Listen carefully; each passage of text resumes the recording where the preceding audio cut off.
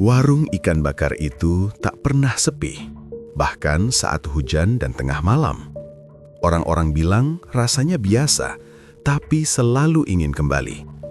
Sampai suatu hari, anak Buarsiti menghilang tanpa laporan, dan warung itu justru makin ramai.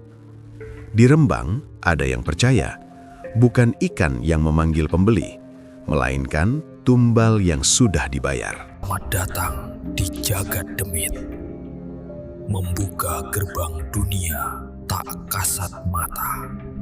Warung ikan bakar itu sebenarnya tidak layak disebut istimewa. Bangunannya dulu hanya kayu tua dengan atap seng berkarat. Berdiri miring di pinggir tambak yang airnya hitam kehijauan. Kalau sore angin laut datang, bau asin bercampur lumpur selalu. Lebih dulu menyambut daripada aroma bumbu bakaran. Tapi entah sejak kapan, warung itu tak pernah sepi.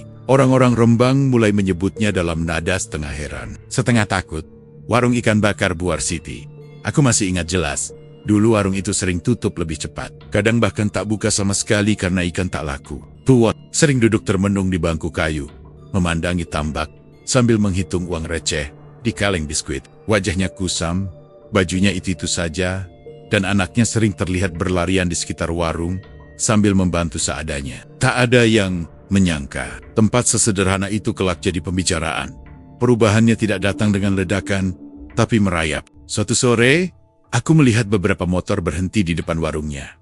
Lalu besoknya bertambah. Minggu berikutnya, mobil ikut parkir di pinggir jalan tanah. Orang-orang makan sambil mengangguk-angguk, bukan karena rasanya luar biasa, tapi seperti ada sesuatu yang menarik lidah mereka untuk terus mengunyah. Anehnya, wajah mereka selalu sama, puas, tapi kosong. Kenapa pada makan ke situ terus? Tanyaku pada seorang nelayan yang baru selesai makan. Ia hanya mengangkat bahu. Ya pengen balik lagi aja, padahal rasanya biasa. Jawaban itu terus terngiang di kepalaku. Biasa, tapi selalu ingin kembali. Kalimat itu menjadi bahan obrolan di warung kopi, di pos ronda, di pasar. Orang-orang mulai menghitung sendiri keanehannya. Warung di pinggir tambak, jauh dari pusat kota tanpa spanduk besar, tanpa promosi, tapi selalu penuh. Buarsiti berubah. Senyumnya kini sering terlihat, tapi bukan senyum lega. Ada garis tegang di sudut bibirnya. Ia jarang menatap mata orang terlalu lama. Tangannya cekatan membalik ikan di atas bara, seolah sudah hafal gerakannya di luar kesadaran. Kadang ia berbisik pelan, entah kepada siapa, saat asap ikan mengepul tebal. Ada yang aneh, kata seorang ibu pembeli padaku. Setiap lewat sini rasanya pengin berhenti. Aku mengangguk, meski dadaku terasa tidak nyaman. Tambak di belakang warung itu sunyi. Terlalu sunyi. Airnya nyaris tak pernah bergelombang, seolah menyimpan sesuatu di bawah permukaannya. Padahal, di Tempot Lane, angin laut selalu membuat air bergerak. Yang paling membuatku merinding adalah jam buka warung itu. Pagi, siang, sore, malam selalu ada orang. Bahkan saat hujan deras, warung itu tetap menyala. Lampunya temaram memencil di air. Tambak seperti mata yang tak pernah terpejam. Orang datang dan pergi, tapi Buarsiti selalu ada di sana, seakan tak pernah lelah. Suatu malam, aku sengaja lewat lebih lambat dari biasanya. Hampir tengah malam, warung itu masih buka. Hanya ada satu meja terisi. Aku melihat Buarsiti berdiri, sendirian di dekat tungku, menatap bara api. Bibirnya bergerak pelan. Aku berdehem. "Bu, masih buka?" Ia tersentak, lalu tersenyum tipis. "Masih, Mas. Mau makan?" Suaranya terdengar normal, tapi ada getar halus yang sulit dijelaskan. Aku menolak dengan alasan sudah kenyang. Saat aku melangkah pergi, aku sempat menoleh. Ia kembali menatap api. Kali ini lebih lama, seperti sedang menunggu sesuatu muncul dari dalamnya. Sejak itu, cerita-cerita kecil mulai bertambah. Ada yang bilang ikan di warung itu tak pernah habis, meski nelayan tak selalu melaut. Ada yang bersumpah melihat Buarsiti membawa ember ke belakang warung saat dini hari. Ada pula yang mengatakan, setiap kali warung itu penuh, bau amis di sekitar. Tambak justru makin kuat, seperti darah yang bercampur air asin. Tak ada yang berani menuduh. Semua hanya bisik-bisik. Tapi satu hal pasti, warung itu tak pernah sepi. Seolah ada sesuatu yang terus memanggil orang untuk datang, duduk, makan, lalu pergi dengan perasaan yang sulit dijelaskan. Dan Buarsiti, dengan wajah tenangnya, berdiri. Di tengah semua itu, seakan tahu betul kenapa warung kecil di pinggir tambak itu kini hidup. Sementara sesuatu yang lain perlahan-lahan mulai diambil darinya. Dulu, kalau orang menyebut nama Bu Warsiti, tak pernah ada nada iri di dalamnya. Paling-paling hanya rasa kasihan. Janda sejak lama, hidup dari warung kecil di pinggir tambak, mengurus anak seorang diri, dan jarang terlihat tertawa. Ia dikenal pendiam, bukan karena sombong, tapi seperti orang yang terlalu sibuk menahan beban hidup. Kalau lewat depan rumahnya, yang terdengar hanya suara piring dan kipas angin tua yang berdecit. Aku mengenalnya sebagai sosok yang tak pernah ikut urusan orang. Di pos ronda, namanya jarang disebut. Di arisan, ia hampir tak pernah hadir. Yuang, pas-pasan, bajunya sederhana, dan setiap belanja ke pasar, ia selalu menawar sampai pedagang hafal kebiasaannya. Tidak ada yang mengira, perempuan sependiam itu kelak jadi bahan bisik-bisik satu kampung. Perubahan itu terlihat pertama kali dari hal-hal kecil. Bu Warsiti mulai jarang berutang ke warung sembako. Ia tak lagi menunda bayar ikan ke nelayan. Bahkan suatu pagi, ia memberi uang lebih sambil tersenyum tipis. "Buat rokok," katanya singkat. Nelayan itu pulang dengan perasaan aneh, antara senang dan heran. Lalu rumahnya berubah. Dinding kayu yang dulu kusam diganti tembok setengah permanen. Atap bocor diperbaiki. Pintu diganti yang lebih kokoh. Tak lama, terdengar suara mesin air baru. Sesuatu yang dulu tak mungkin ia beli. Semua terjadi cepat. Terlalu cepat untuk ukuran orang yang bertahan hidup pas-pasan. "Laris, iya sekarang?" tanyaku suatu sore saat ia duduk di depan rumah Ea mengganggak. "Alhamdulillah," jawabnya pelan. Jawaban itu seharusnya menenangkan, tapi entah kenapa terasa kosong. Matanya tak berbinar seperti orang yang baru lepas dari kesulitan. Justru terlihat lelah, seolah ia memikul sesuatu yang lebih berat dari sekadar mengurus warung. Uang tampaknya datang tanpa ragu. Bu Warsiti mulai menggaji orang untuk membantu. Ia membeli kulkas besar, meja tambahan, bahkan sesekali terlihat naik motor baru. Anak-anak kecil di sekitar warung mulai memanggilnya Bu Haji.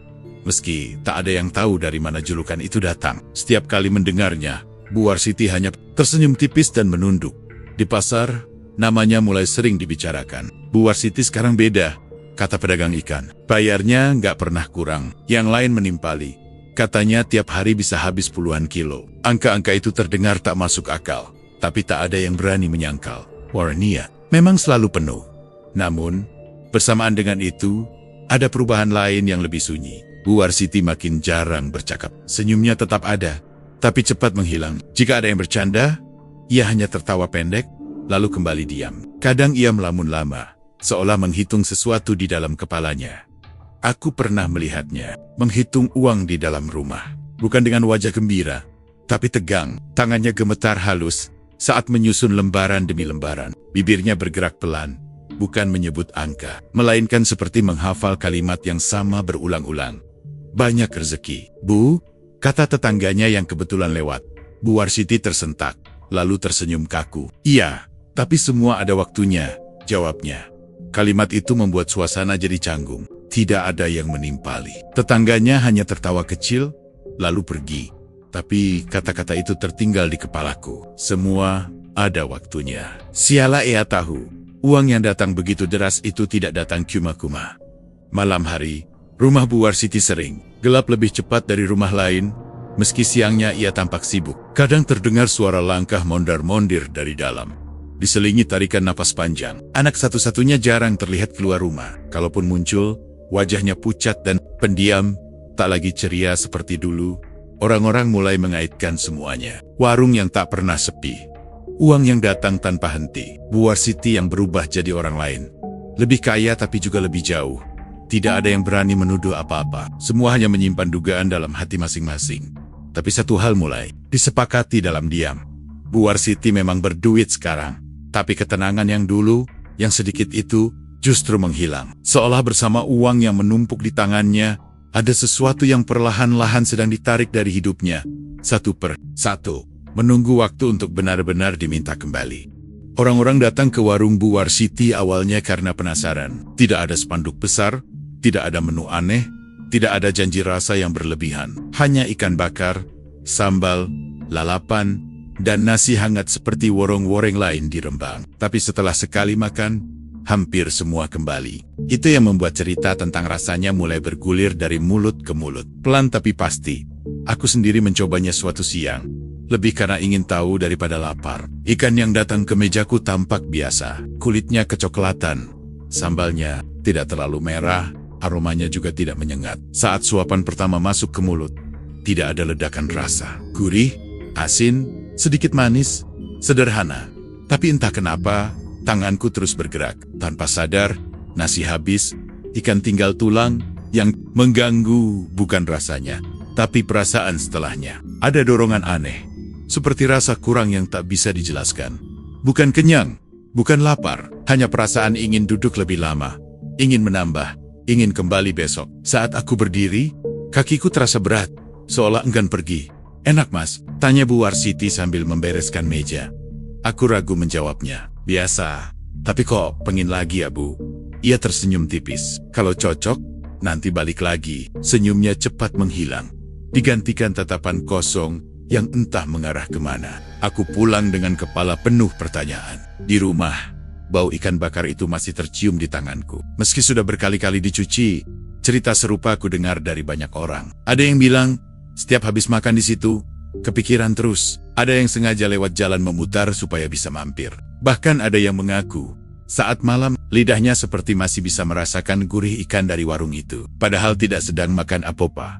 Kayak ada yang manggil, kata seorang sopir truk yang sering singgah. Aneh mas, kalau nggak mampir rasanya gelisah. Kalimat itu membuatku merinding. Aku mulai memperhatikan wajah-wajah pembeli. Banyak yang makan dengan tenang, tapi mata mereka kosong, tatapannya jauh. Beberapa tampak melamun sambil mengunyah, seolah pikirannya tidak sepenuhnya berada di sana. Anak kecil yang ikut orang tuanya pun lebih diam dari biasanya. Yang paling membuat heran, ikan-ikan itu selalu segar. Nelayan mengaku tak selalu melaut, tapi stok Bu Warsiti tak pernah habis. Kadang ia membuka warung sejak pagi, kadang sampai larut malam, dan ikan tetap ada. Tidak terlihat ia menyimpan banyak di es, tapi saat dibakar, selalu saja muncul ikan baru dari dapur belakang. Suatu sore, aku mendengar percakapan dua ibu-ibu. Rasanya nggak istimewa, tapi kok ketagihannya? Ayah, suamiku sampai marah kalau aku masak ikan di rumah. Katanya, beda. Perbincangan itu berakhir dengan tawa kecil, tapi di balik tawa itu, ada rasa tidak nyaman. Ketagihan pada sesuatu yang rasanya biasa. Itu tidak masuk akal. Seolah bukan lidah yang menentukan, melainkan sesuatu yang lain. Bu Warsiti sendiri jarang mencicipi masakannya. Ia hanya membalik ikan, menuang sambal, lalu menyerahkan piring ke pembeli. Kalau ditanya, ia selalu menjawab singkat, sudah hafal rasanya. Tapi matanya sering terlihat menghindar, terutama saat orang memuji. Suatu malam, aku melihat seorang pemuda datang dengan wajah pucat. Ia makan cepat, hampir seperti orang dikejar waktu. Setelah selesai, ia duduk lama, menatap meja kosong. Kenapa, mas? Tanyaku. Ia menggeleng. Nggak tahu, rasanya kalau nggak kesini, dada sesak. Kalimat itu membuat suasana jadi dingin. Angin dari arah tambak berembus pelan, membawa bau amis yang lebih kuat dari biasanya. Lampu warung bergoyang. Bayang-bayang orang di dinding tampak memanjang dan bergetar. Saat itu aku mulai sadar. Rasa ikan bakar Bu Warsiti bukan sekadar soal bumbu. Ada sesuatu yang menempel di lidah, lalu turun ke dada, dan tinggal di sana. Yang membuat orang kembali logi dan logi, tanpa tahu alasan yang jelas. Dan di balik asap bakaran itu, Bu Warsiti berdiri diam, seolah paham betul bahwa bukan hanya ikan yang sedang ia sajikan, melainkan juga sebuah panggilan yang pelen-pelen mengikat siapa saja yang pernah mencicipinya. Warung Bu Warsiti memang selalu ramai, tapi ada satu waktu yang justru membuat orang-orang enggan mendekat. Malam Jumat. Bukan karena warung tutup, justru sebaliknya. Lampunya selalu menyala lebih terang, sementara pembeli berangsur berkurang sejak maghrib. Seolah ada kesepakatan tak tertulis. Setelah jam tertentu, hanya orang-orang yang benar-benar terpanggil yang masih berani duduk di sana. Aku pertama kali curiga saat seorang karyawan warung lain berbisik padaku. Suaranya diturunkan. Kalau malam Jumat, mending jangan lewat situ sendirian. Ketika kutanya alasannya, ia hanya menggeleng, lalu menyebut satu hal. Suara, katanya. Dari arah belakang warung, sering terdengar gumaman, bukan suara orang ngobrol. Bukan pula doa yang jelas. Lebih mirip bisikan panjang, naik turun, kadang diselingi tarikan napas berat. Aku menganggapnya angin. Sampai suatu malam Jumat aku mendengarnya sendiri. Jam sudah lewat 11. Warung kosong. Dari jalan, aku melihat Bu Warsiti membawa ember kecil ke belakang. Langkahnya pelan, seolah menghitung jarak. Lampu dapur tetap menyala, tapi area belakang tenggelam dalam bayangan. Tak lama setelah itu, bau amis yang menusuk hidung muncul. jauh lebih kuat dari bau ikan bakar biasa. Lalu suara itu terdengar, pelan tapi jelas, seperti orang sedang berbicara tanpa ingin didengar. Kata-katanya tak utuh, terpotong, berulang-ulang, seperti hafalan. Aku merapatkan jaket, dadaku terasa sesak. Bu Warsiti, panggilku ragu. Tidak ada jawaban, hanya suara air disiram, lalu bisikan kembali muncul. Aku merasa seperti orang yang tidak seharusnya berada di sana. Kaki ingin melangkah pergi, tapi rasa penasaran menahanku beberapa detik lebih lama. Dari balik dinding kayu, samar-samar kulihat cahaya lilin. Bukan satu, beberapa titik kecil bergetar tertiup angin. Bayangan Bu Warsiti tampak membungkuk, bergerak perlahan, seperti sedang menyusun sesuatu di tanah. Suara gumamannya semakin jelas. Satu sudah lewat, yang lain menyusul. Jangan berhenti. Kalimat itu membuat bulu kudukku berdiri. Aku tidak tahu ia bicara pada siapa, tapi jelas bukan pada manusia. Tambak di belakang warung terlihat hitam pekat. Airnya nyaris tidak bergerak, seolah seluruh tempat itu sedang menahan napas. Tak lama, Bu Warsiti berdiri. Ia menuang sesuatu dari ember ke tanah. Cairan itu mengalir pelan, menghilang di antara tanah basah. Bau amis semakin kuat, bercampur dengan aroma kemenyan yang tipis tapi menusuk. Tiba-tiba, angin berhenti. Suara malam seperti terputus. Bahkan jangkrik pun lenyap. Dalam keheningan itu, aku mendengar suara lain seperti sesuatu yang bergerak di dalam air tambak. Bukan ikan, terlalu besar, terlalu berat.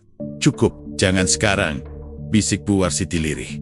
Aku mundur selangkah, dadaku berdebar keras. Saat aku berbalik, lampu warung berkedip, lalu menyala kembali seperti biasa. Suara malam kembali normal, seolah tidak terjadi apa-apa. Keesokan harinya, aku bertanya pada seorang warga tua yang rumahnya tak jauh dari warung. Ia hanya menghela napas panjang. Kalau malam Jumat, itu waktunya janji ditepati, katanya pelan. Warungnya ramai bukan karena ikan.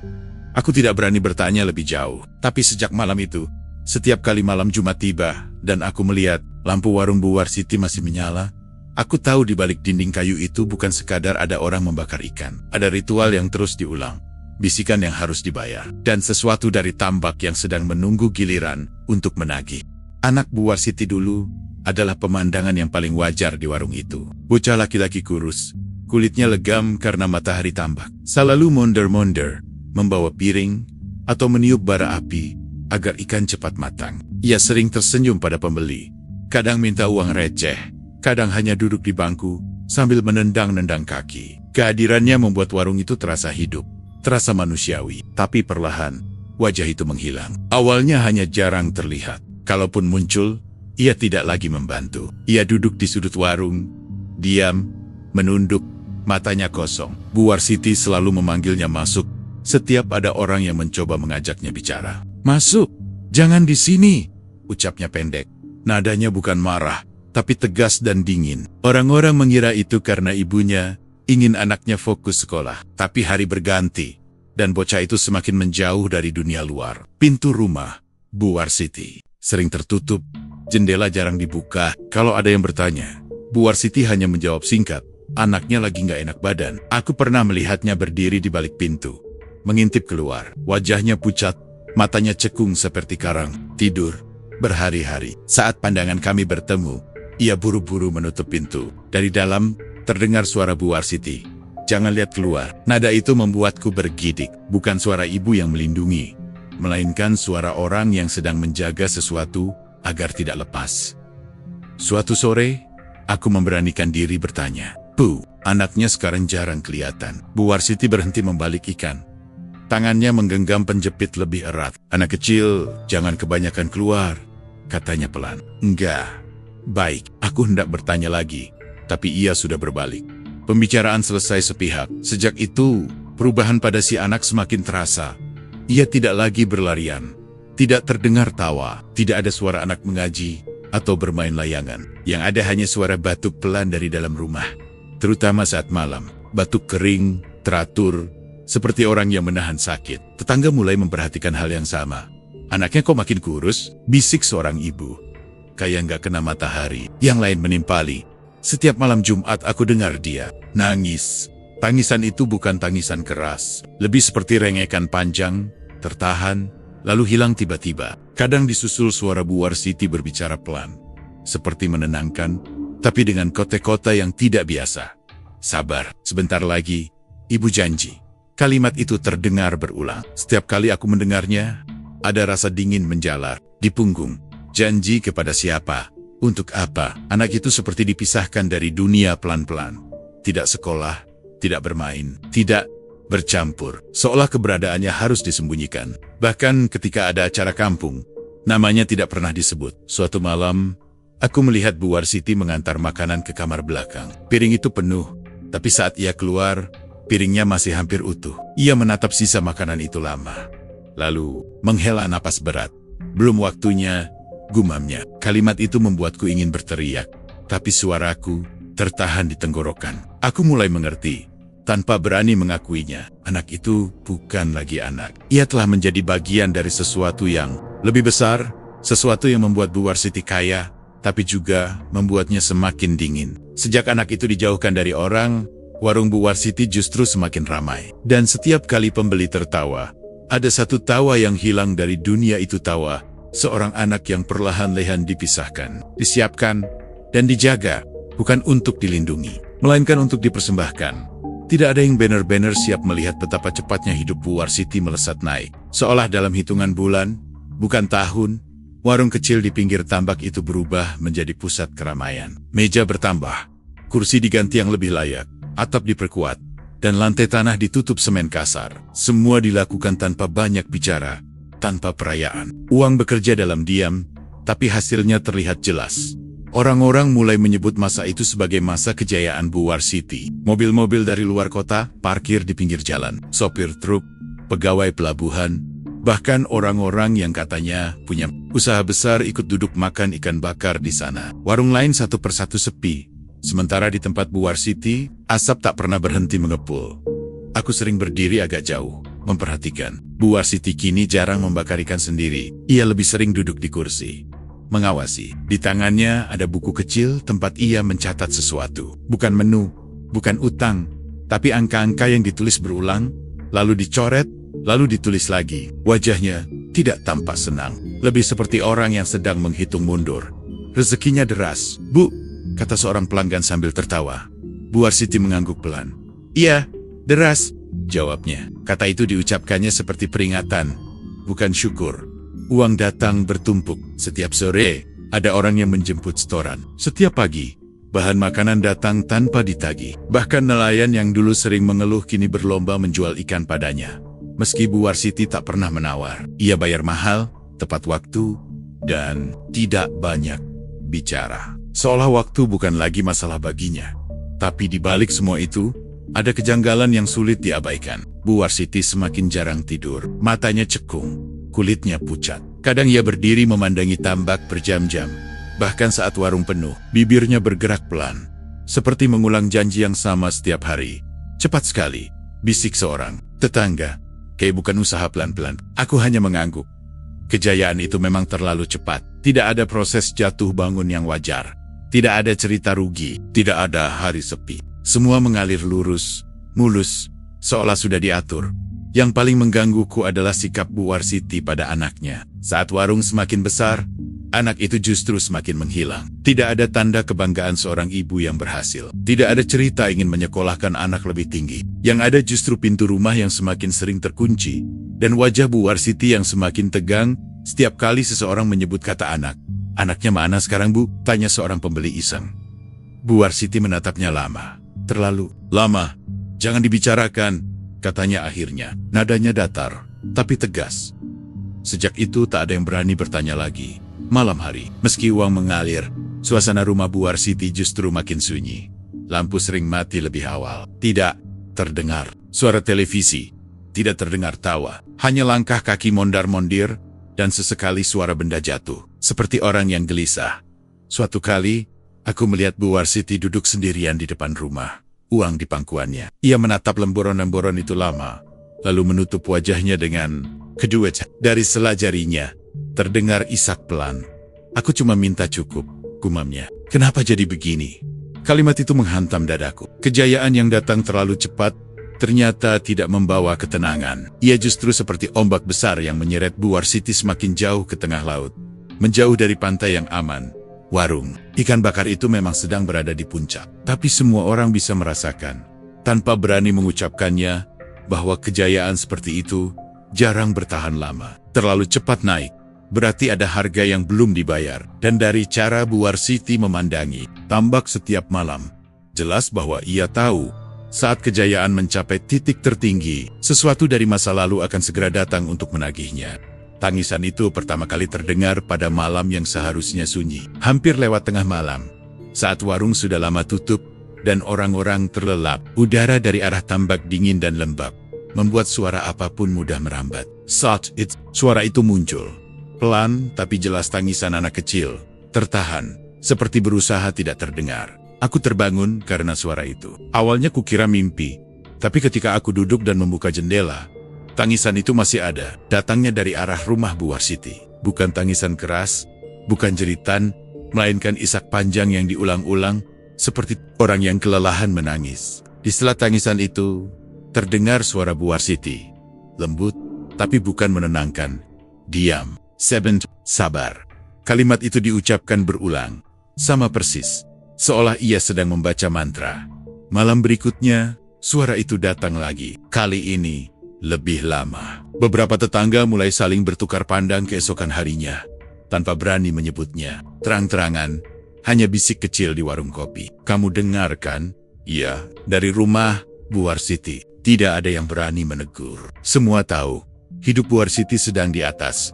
Warungnya memberi makan banyak orang. Menyentuh urusannya terasa seperti mengundang masalah. Tangisan itu semakin sering. Kadang diselingi batu kering, kadang baroba. Jadi rengekan lirih yang menusuk. Setiap kali suara itu muncul, lampu rumah Bu Warsiti selalu menyala sampai dini hari. Bayangan bergerak di balik jendela, mondar-mandir tanpa arah. Suatu malam, aku melihat Bu Warsiti keluar membawa baskom kecil. Wajahnya tegang, matanya merah. Ia menyiram air ke tanah di samping rumah. Air itu mengalir gelap, berbau amis. Tangisan berhenti mendadak, seperti diputus. Bu, panggilku pelan. Tak tahu kenapa aku melakukannya. Ia menoleh, wajahnya kosong. Bukan kaget, sudah malam, katanya singkat. Masuklah. Nada itu membuat kakiku gemetar. Aku menutup pintu, tapi telingaku tetap waspada. Tak lama, terdengar suara air dari kamar mandi. Lama sekali, seolah seseorang sedang membersihkan sesuatu yang tak bisa hilang. Keesokan harinya, wajah Bu Warsiti terlihat semakin kurus. Ia melayani pembeli seperti biasa, tapi senyumnya nyaris, tak pernah sampai ke mata. Saat seseorang memuji ramainya warung, ia hanya mengangguk. Malam-malam berikutnya, tangisan itu kadang berubah. Tidak selalu terdengar seperti anak. Ada malam-malam tertentu, di mana suaranya terdengar lebih berat, lebih serak, seperti bercampur dengan suara orang dewasa. Tapi selalu datang dari kamar yang sama. Seorang tetangga tua akhirnya berani berbisik padaku. Suaranya gemetar. Tangisan itu bukan minta ditolong, katanya. Itu tanda, waktunya sudah dekat. Aku tidak berani bertanya waktu apa. Aku hanya tahu, setiap kali tengah malam tiba dan suara itu muncul, udara di sekitar rumah Bu Warsiti terasa semakin berat. Seolah rumah itu sedang menahan sesuatu di dalamnya. Sesuatu yang terus menangis bukan karena sakit, tapi karena takut. Don Bu Warsiti, dengan semua kekayaannya, setiap malam harus duduk mendengarkan tangisan itu, sendirian, menunggu saat di mana tangisan itu akhirnya akan berhenti, bukan karena tenang, melainkan karena sesuatu telah diambil untuk selamanya. Hilangnya anak Bu Warsiti tidak pernah diumumkan. Tidak ada teriakan minta tolong. Tidak ada poster ditempel di tiang listrik. Tidak ada laporan ke polisi. Semuanya terjadi seperti hal yang paling wajar di dunia, seolah seorang anak memang bisa lenyap begitu saja, tanpa perlu dipertanyakan. Pagi itu, orang-orang hanya menyadari satu hal. Rumah Bu Warsiti lebih sunyi dari biasanya. Tidak ada suara batuk kering. Tidak ada langkah kecil di lantai. Jendela kamar belakang tertutup rapat. Dan sejak subuh, pintu rumah tak pernah terbuka. Warung tetap buka seperti biasa. Bu Warsiti datang lebih pagi. Wajahnya pucat, tapi rapi. Matanya sembab, namun kering. Ia bekerja tanpa banyak bicara, tanpa menoleh ke rumah. Seolah sesuatu di sana sudah selesai urusannya. Ketika seorang pembeli bertanya dengan nada ringan, "Anaknya nggak kelihatan, Bu?" Tangannya berhenti sesaat, lalu kembali bergerak. "Sudah ikut keluarga," katanya pendek. Tidak ada nama keluarga disebut. Tidak ada tujuan. Kalimat itu menggantung, tapi tak satu pun berani mengejarnya. Suaranya tidak terdengar sedih, Lebih seperti orang yang mengulang jawaban yang sudah dipersiapkan. Hari berganti, anak itu tidak pernah muncul lagi. Tidak untuk mengambil air. Tidak untuk duduk di depan rumah. Tidak untuk mengintip warung. Seolah ia tidak pernah tinggal di sana. Beberapa tetangga mulai saling bertanya dengan bahasa yang dipelankan. Kok cepat sekali? Keluarga yang mana? Harusnya pamit. Tapi setiap kali topik itu mendekati telinga Bu Warsiti, udara langsung berubah kaku. Tatapannya membuat orang memilih diam. Ada sesuatu dalam matanya, bukan ancaman, tapi kelelahan yang dalam, seperti orang yang sudah melewati batas menangis. Malam hari setelah kepergian itu, tidak ada lagi tangisan. Rumah Bu Warsiti benar-benar sunyi.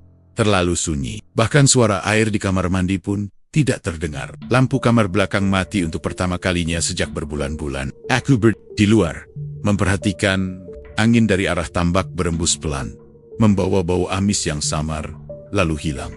Tidak ada suara dari air.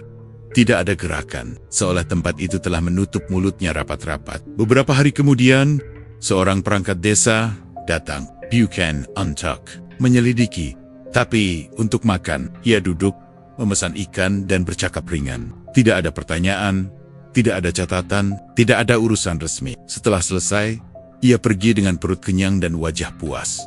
Itulah saat aku mengerti. Tidak akan ada laporan. Anak itu hilang tanpa jejak administratif, tanpa saksi, tanpa pasti. Yang ada hanya ingatan orang-orang tentang seorang bocah yang dulu sering mondar-mandir, lalu perlahan memudar, hingga akhirnya lenyap sama sekali. Suatu sore aku melihat Bu Warsiti sendirian di belakang rumah. Ia berdiri menghadap tambak, lama sekali. Tangannya menggenggam sesuatu kecil, mungkin mainan, mungkin kain. Aku tak tahu. Ia tidak menangis, hanya berdiri, seperti orang yang sedang memastikan sesuatu banner-banner selesai. Sudah lunas, gumamnya pelan. Aku tidak tahu kepada siapa kata itu ditujukan. Tapi setelah hari itu, warung Bu Warsiti semakin ramai. Lebih ramai dari sebelumnya. Orang-orang datang tanpa tahu apa yang telah hilang dari tempat itu. Mereka makan, tertawa, membayar, lalu pergi. Sementara satu nyawa kecil menghilang, tanpa pernah tercatat, tanpa pernah dicari, dan tanpa pernah diakui sebagai kehilangan. Seolah sejak awal, ia memang tidak ditakdirkan untuk ditemukan melainkan untuk diserahkan. Setelah anak itu menghilang, semuanya berubah dengan cara yang sulit dijelaskan, tapi mudah dirasakan. Warung Bu Warsiti justru semakin ramai, seolah ada sesuatu yang akhirnya dilepaskan. Orang-orang datang tanpa ragu, duduk lebih lama, memesan lebih banyak. Uang mengalir deras, hampir tak terbendung. Tapi bersamaan dengan itu, suasana di sekitar warung terasa berat, seperti udara yang menekan dada. Bau amis kini tidak hanya muncul saat ikan dibakar. Ia datang kapan saja, pagi, siang, bahkan ketika warung belum buka. Bau itu menusuk, seperti darah yang tercampur air asin. Beberapa pembeli menutup hidung, lalu tertawa kecil, mengira itu hanya bau tambak. Tapi mereka tetap makan, selalu tetap makan. Bu Warsiti semakin jarang berbicara, gerakannya kaku, matanya sering kosong. Jika ada yang memuji keberhasilannya, ia hanya mengangguk singkat.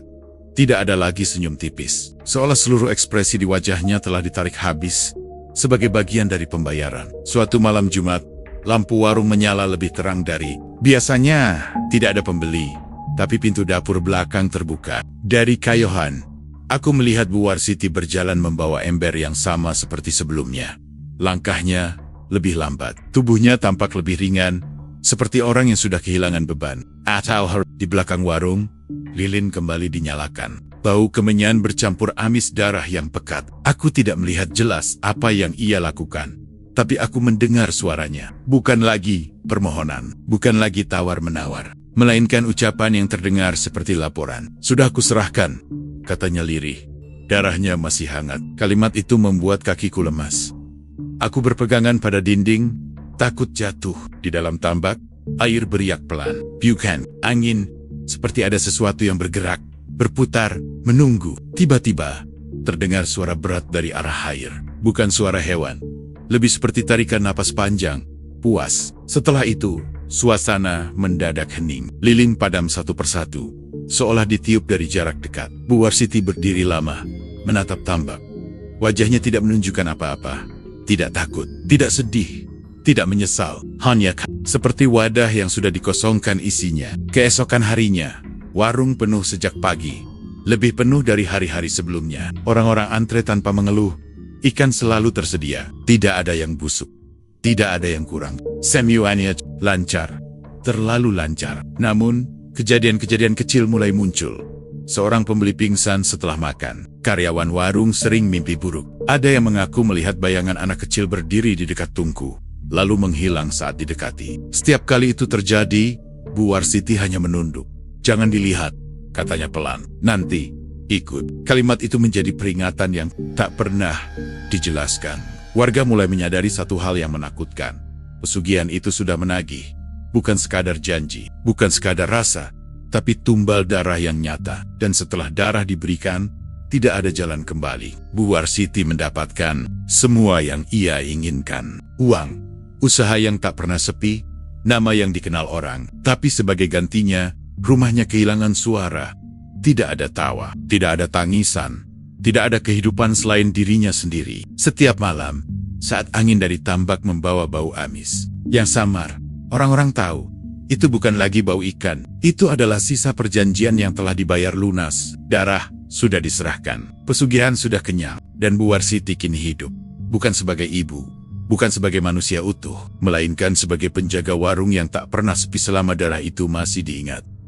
Sampai sekarang, warung ikan bakar itu masih buka. Tidak pernah benar-benar tutup. Hanya berganti jam. Pagi ada yang makan, siang penuh, malam tetap menyala. Orang-orang yang baru datang ke Rembang mengenalnya sebagai tempat makan legendaris. Murah, ramai, dan katanya selalu enak. Tidak ada yang menyebut nama Bu Warsiti dengan nada takut di depan umum. Semua seolah sudah sepakat untuk melupakan. Tapi kami yang tinggal lama di sini tahu, ada yang tidak ikut bertahan. Nama Bu Warsiti masih terpampang di papan warung. Tapi orangnya seperti bayangan. Ia datang, melayani, lalu menghilang ke balik dapur. Rambutnya kini lebih banyak putih, tubuhnya kian kurus. Jika tidak dipanggil, ia nyaris tak berbicara. Tatapannya selalu mengarah ke tambak, seolah memastikan sesuatu tidak bangkit terlalu cepat.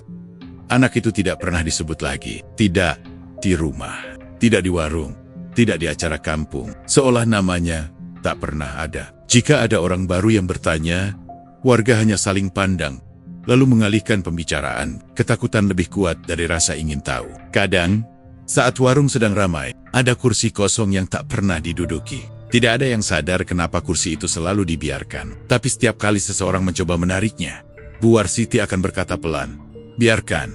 Nada itu cukup untuk menghentikan siapapun. Malam Jumat masih terasa berbeda. Lampu warung lebih terang, bau amis sesekali muncul, lalu hilang. Tidak ada lagi bisikan keras, tapi udara terasa berat. Beberapa orang mengaku mendengar langkah kecil di belakang warung, lalu suara cipratan air di tambak. Tidak ada yang berani mengecek. Aku pernah bertanya dalam hati, kenapa warung itu masih berdiri?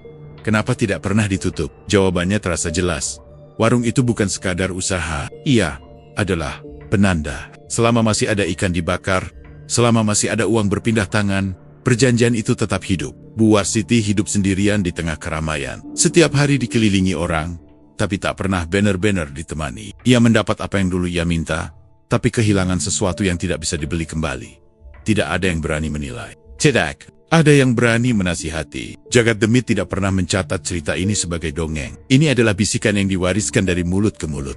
Tentang warung yang tak pernah sepi. Tentang kekayaan yang datang terlalu cepat. Tentang seorang ibu yang membayar dengan darah. Dan jika suatu malam kamu lewat Rembang, melihat warung ikan bakar yang ramai di pinggir tambak, jangan heran jika ada rasa ingin berhenti, ingin duduk, ingin makan. Tapi ingat satu hal, tidak semua yang mengenyangkan perut akan menenangkan jiwa. Karena warung itu masih buka sampai hari ini. Dan nama Bu Warsiti tinggal ketakutan.